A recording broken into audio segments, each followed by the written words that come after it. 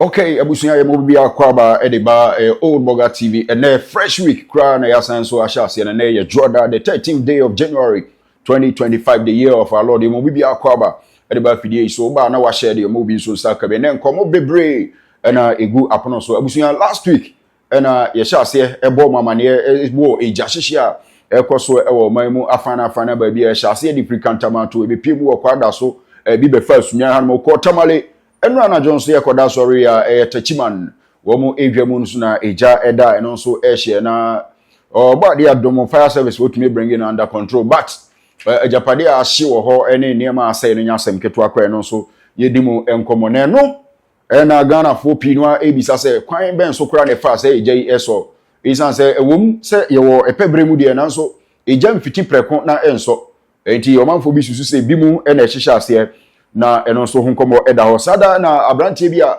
wono yesu so ye Nigeria ni wono so nsabo no na wotwe awie mu Friday be ramu Saturday no ewo kasua new market na wo kire no a kire se ho na na ni hwa wo kwakodi dwuma senia ya hye no se ya bo no pa ahye ne kutupa it is alleged se nipa bi ya wo mo ne oman yi enya adwene ananso woni aban a aba enya adwene na wo mo abo no sa pa no se woni oman yewu na akra ejapade a womo edema womo emba nsakọ mano no won hye ni nyina ma enkonkoye kahunu akwa yebewura mu na yedi sankomo no na ya hwehwem na yetie no so emu ensam na enya asam ketwa na otwe awie mu nso no NDC amanyoko na afi so aban ene mpenimfo led by the president his excellency John Dramani Mama woni Professor Nana Opoku Ajiman the vice president womo banan ekokoye asori kese de aseda ene mpaibo etobo ade nyankropon ni mu se wonu amagana mobo na oyene bia ebebo man no so no wontimi enyi free ono so musem yebetie bi na enche bia na swearing in na course so ewo the Black Star Square no Black Star Square na eno atire no na prophet Kofi Oduro ede aba betu bia kyerese mo a ana no Yewura Ibrahim Traore ba ya na ni tuo hye no ho ana mano mo ka se aina obi a waye ku no oba be ye den democratic processes no se na mo amanye ku no mo kura de brabe na mo boye obi a oye ku no ba ye na ne ya nche bia watimi abie tomato factory ano woni krom enyuma ekoso wo mu dua ema enyini ema eso aba enti mo amunye ku no brabe na mabo Burkina Faso have made, and we are sitting here and we were talking nonsensical madness against that. He's a coup maker. He took gun and came to power. Those of you who have not taken gun, what have you been able to achieve? A month ago, this young man commissioned a tomato factory, $12 million. You people said you were building a dam with $12 million. Where is the dam? Where is your dam? This young man is a sensible human being. Sensible human being. And he is working. The people feel he is some kind of an idol. The work where oma uniska obekum onem obebo wutiri mutu. He will shoot you in the head. Try and chop money in the government of this young man. Yeah.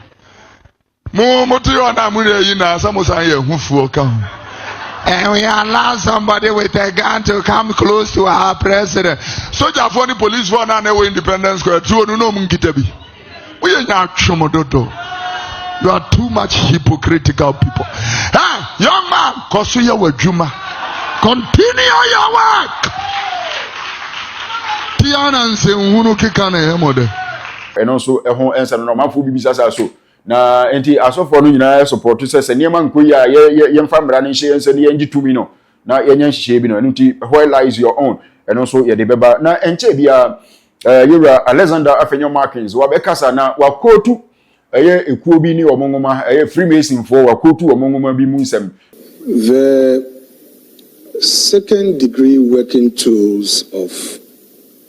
the Freemasons rules book provide us. We have all sprung from the same stock, partakers of the same nature, and sharers in the same hope. And although distinctions amongst men are necessary to preserve the nation,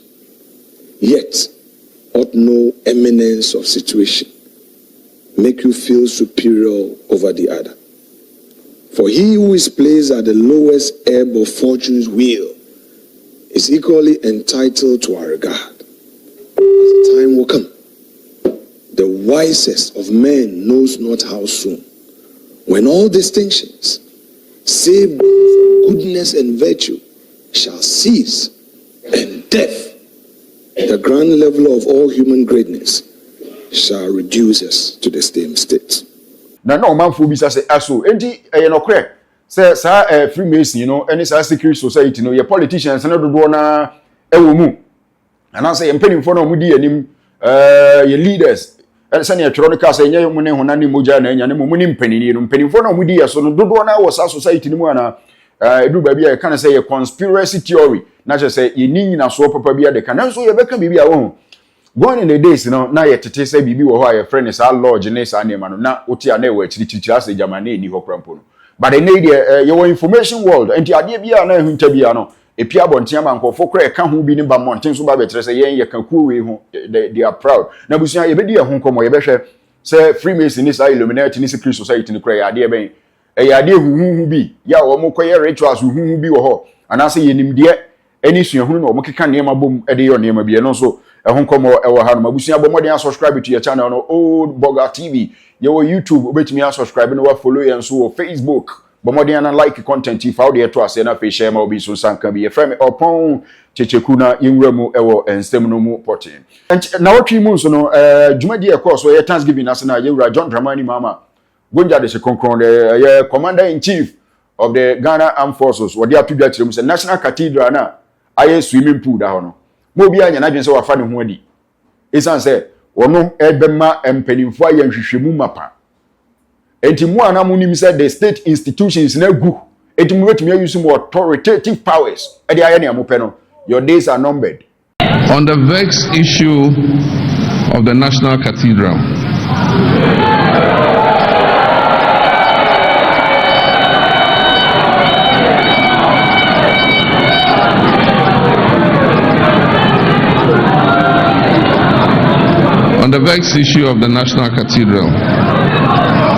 the Commission on Human Rights and Administrative Justice directed government to audit the project and investigate any misuse of public funds.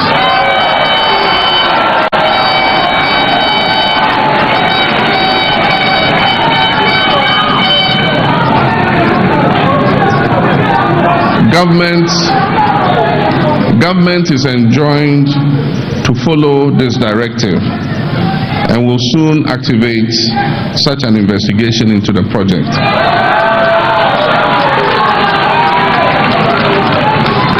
But on the future of the project, the cathedral, I believe that all of us as Christians must forge a consensus on how to achieve such a project without recourse to public funds. And this project must be achieved at a reasonable cost. In the current circumstances that Ghana is going through, it makes no sense to achieve such a project at a whopping sum of $400 million. I am informed that the National Ecumenical Center in Abuja, which is used by all Christian faith in Nigeria, was built at a cost of $30 million. I believe that we can reach a more reasonable figure for achieving such a project, and together we can raise the funding for it. Such a reconsideration of this project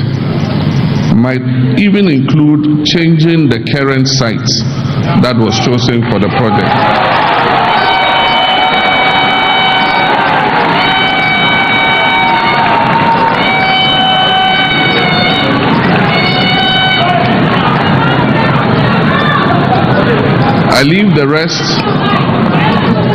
I I leave the rest to any such future consultation that we will have as the body of Christ.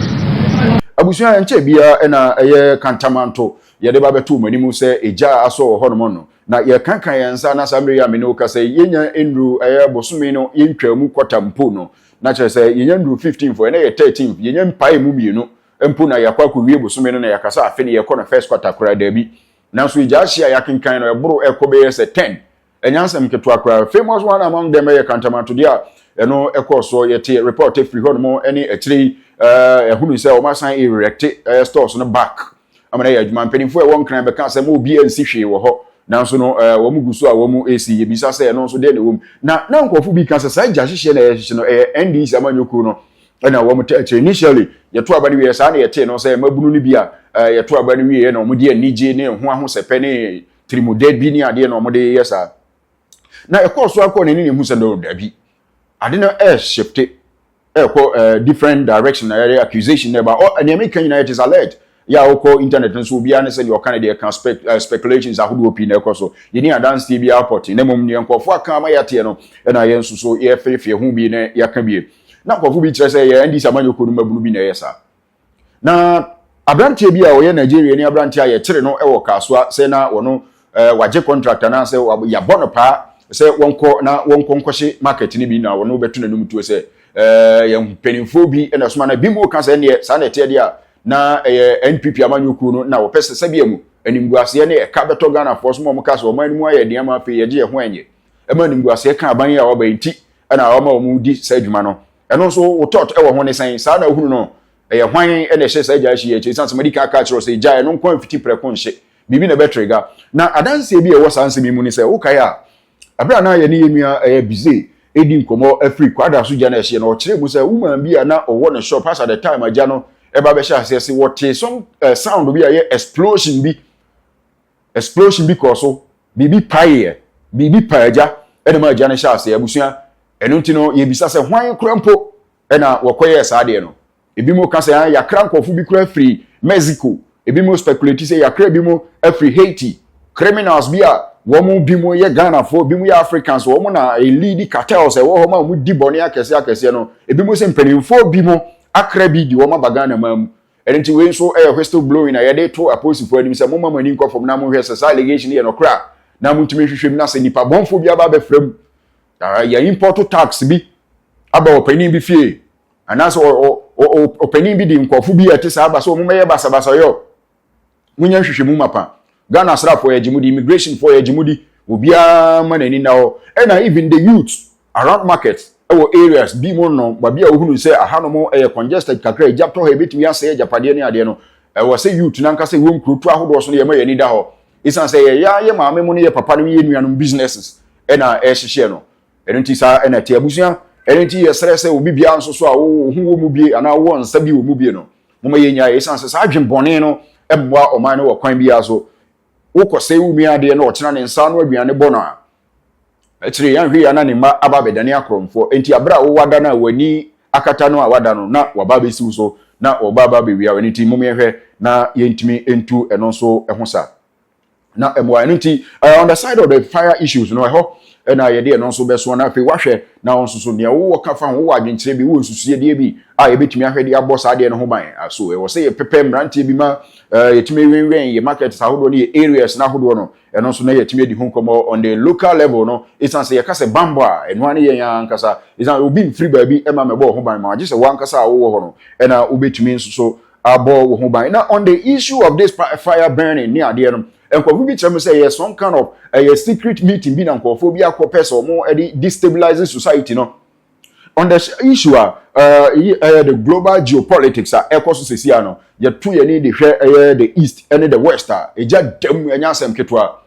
uko Israel wo ni Gaza eja dem ni na da ade e ba no the same ntokwa no ye between the east and the west Russia and Ukraine ubewu se na NATO akogina se o ba be defend Ukraine Russia se da bi menti ase me no ba be sie ni enti e ba sa ye se asono me enu nya ntokwa wo kwa ya se enua ne homa ne wo ho no ena ya ebre enu ti ama say the whole world economy are falling under a serious threat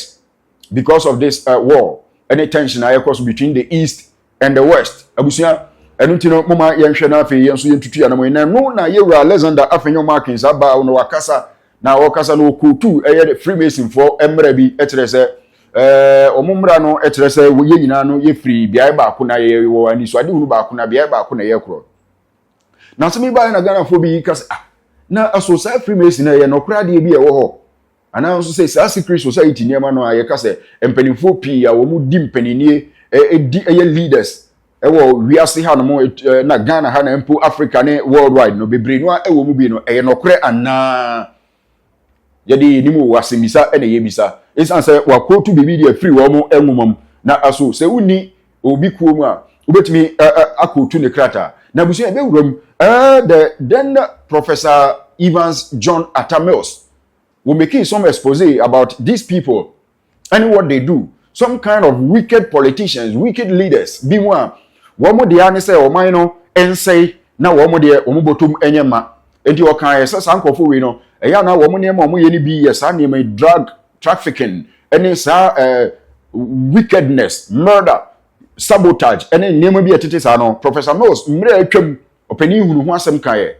Isan sa de no wo ho free tete enye nne na eba. Eduti aban bia obeba obey na bi so obeye bibia ma the masses no ehun ato wo no. You should all know say obe facing all this kind of or how no. They have their fingers in every pie in our country. And I'm telling you. And they want to maintain it this way. Sometimes you ask yourself, did they come into power to rob the nation? Do they ever think about the people who voted for them into power? No. Obviously they don't. We have a very onerous responsibility. We need to give Ghanaians hope. We need to let the electorate know that you cannot be a leader unless you have people following you. And that the resources of our dear nation should be used solely for the benefit of the ordinary people. Yeah. Leadership is about one thing, and in our case, improving the lot of Ghanaians. That is all. That should be the only preoccupation. Nothing else. But what do we see? Buying hotels, getting engaged in cocaine. When we started talking about the drug issue, they said we were crying wolf.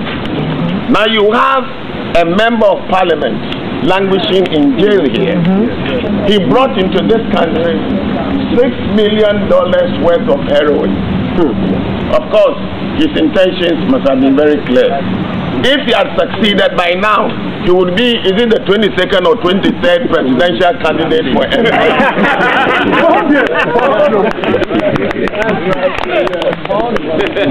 We had by-elections in his constituency in Kranza. And we had heard stories of how he pumped money into that area. Now, there is only one thing we worship in Ghana, that is money. It doesn't matter how you acquire it.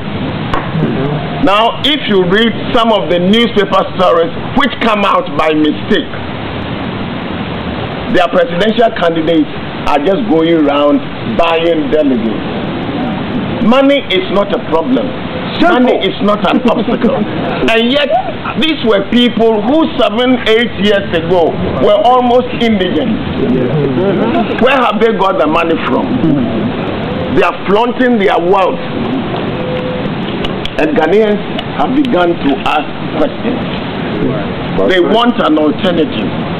And we should provide that alternative. But we should be guided by the experience that is being established now. You cannot go into leadership position and do the same thing.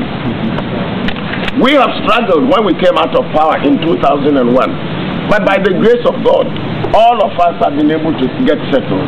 You are not now going into government to try and make hay while the sun shines. Put something aside for a rainy day. The rainy days have gone. Yes. Because woman ye ni woman no enye ye nuanu ma ye hunu woman anim ni anim no nemo ye ni empaninie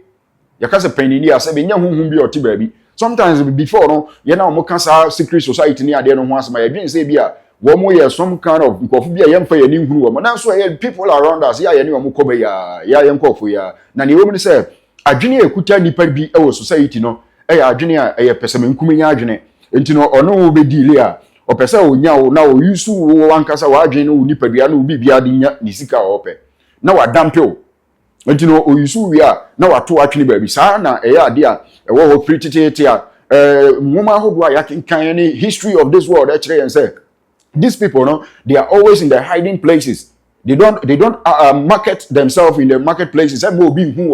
woman tongue woman said marbon team will be moment will be become once he becomes a target. And say if pretty idea about pen and also be uniped not knowing say kum was or my drain say who kum woman or cranny eswakata. Now so names of kum fake run every or cranny appear more. They didn't know. And in this era of the kingdom age, now the community, see, I make sure say everything is about information. Be you are hiding. I don't care whether you believe in the Bible or whatever book I was reading. I don't care about that. But no care what I say. Things are going on in the secrecy. A lot of things. People go to meetings planning on how to use people's intelligence to make money and make them poor, so that they can be slave to them always. Yeye niema sene ebe ya nkofo bi bedi hia no omo akoso akire wo mo sene ebe ya abribia no wo mo beye nkwa e de am nipa bi eno nti no ye wokuo bi a friend said the committee of 300. It is alleged, speculations, and also a conspiracy theory nibi. That's so in recent times some kind of leaders bi a yenim wo mo ye society mu a wo ma ba mountain so aba be claim say wo mo ye part of the Freemason and this secret societies na nkan ye nti wo mo asem wo abotin wo mo ankasa ba mountain so be kan because we are in the kingdom age. Everybody's mind and spirit and soul must be raptured. A lot of signs and symbols they use.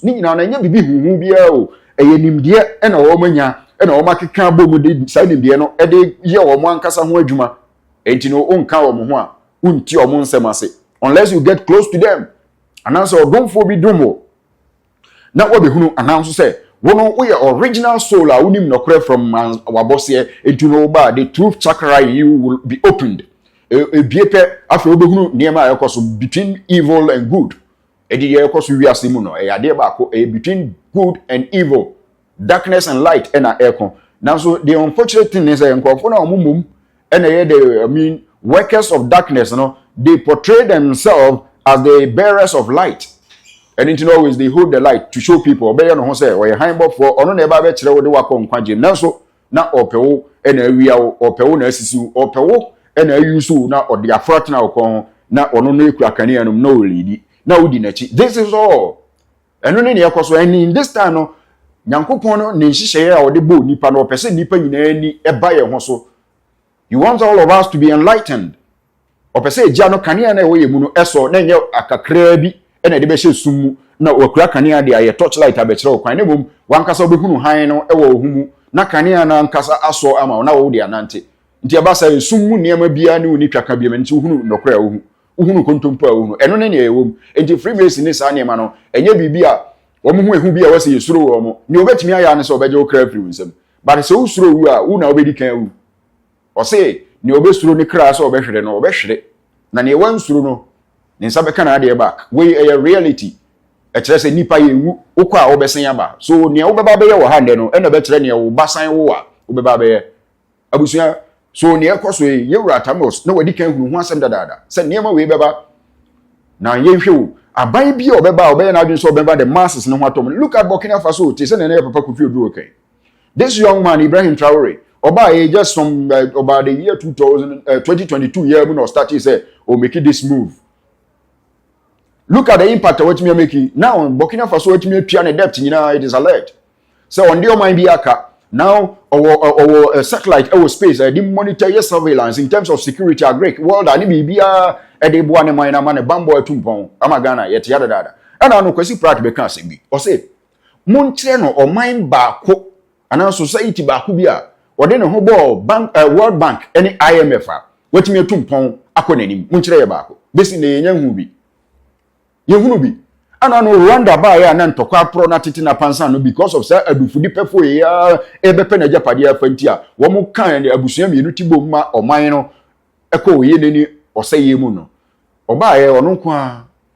domestically watimi akeka ne ho abomu aboa ma ɔman na timi agina ne naso and the economy is one of the fastest growing economies in Africa and even the world. Enti dia na yeye Burkina Faso just recently watimi afasa kwan no aso ɔse France for much see ache Samo hihye na ye ne mo woni na na weaken ye in society mokura na mo terrorists no enya akwanya because of muni se niema nkoye ekom de obi na osori efa akonde so okoto ahye obi so a you can't justify that but also means the man must survive. Enti no mama niema mbra fom no obi anya adwuma nya now go to Burkina Faso all those boys now mo ye part of the rebel groups no okire wo mo a onku wo mo na oni wo madi nkomo ama wo mate wo ho ase nia wonsem fatase ye de ne bewura military no no ye de ne go into agric ni obetumi atwi tractor betwi ni obe use farming tools be use ni ode ne skills bewura mu na ye bia niema ama ne Burkina Faso aduane abuso yete amaga na yete forest mu ha enche bia wo mo bebre pineapple ama ye ye bedi wo ha ya yete forest mu no ni ote desert so bebre pineapple ama ye di enya ni nguase ma ye ena omu bisa se enti mu na mo nye ku na mo te Ghana ha no mo na mo se mo ye democracy den na ma ye da bia na yakotwe obruni e de naba ono na me ye hihye ma IMF World Bank no obe ye hihye ma no aka tell us conditionalities any say emfa won call for adwuma for the next 2 years for the next 4 years membie adwuma bi sei na wa oti oman mu na yesi memfa won call for adwuma on call for no so eyi ni ba no den on bedi enti by force we have to create employment and Oga John Dramani mama wono do mama boy minimum Greek minister on be adwuma I think say the nkofu body say you are Eric Opoku and betumi anya sa position I don't know say the man we are whoever who can a great committee no you should work things out and sase na abuoi bono ha ba ansase da ha to edimutumi nkohu na nanam yemfo na ye mamu asase say mu the youth no be wuramu into agriculture na emabunu na timi wuramu na fei bosome so a wakwa assembly akoje kakra na afafuo ni da ho no mo say eye oman no afuo assembly no afuo enti ebasa ye student amu wo school mu benya nuane adi free abanye aduane ye be kwa komo omadi prisoners ebenya bi adi ye de bi beba market aba beton wo bofo so isan say ya bind the enti betumi at price ne so ma obi ansa ka bi na wato enti san hihye we it hasn't occurred to any one of you enti leaders na mo sorry amunde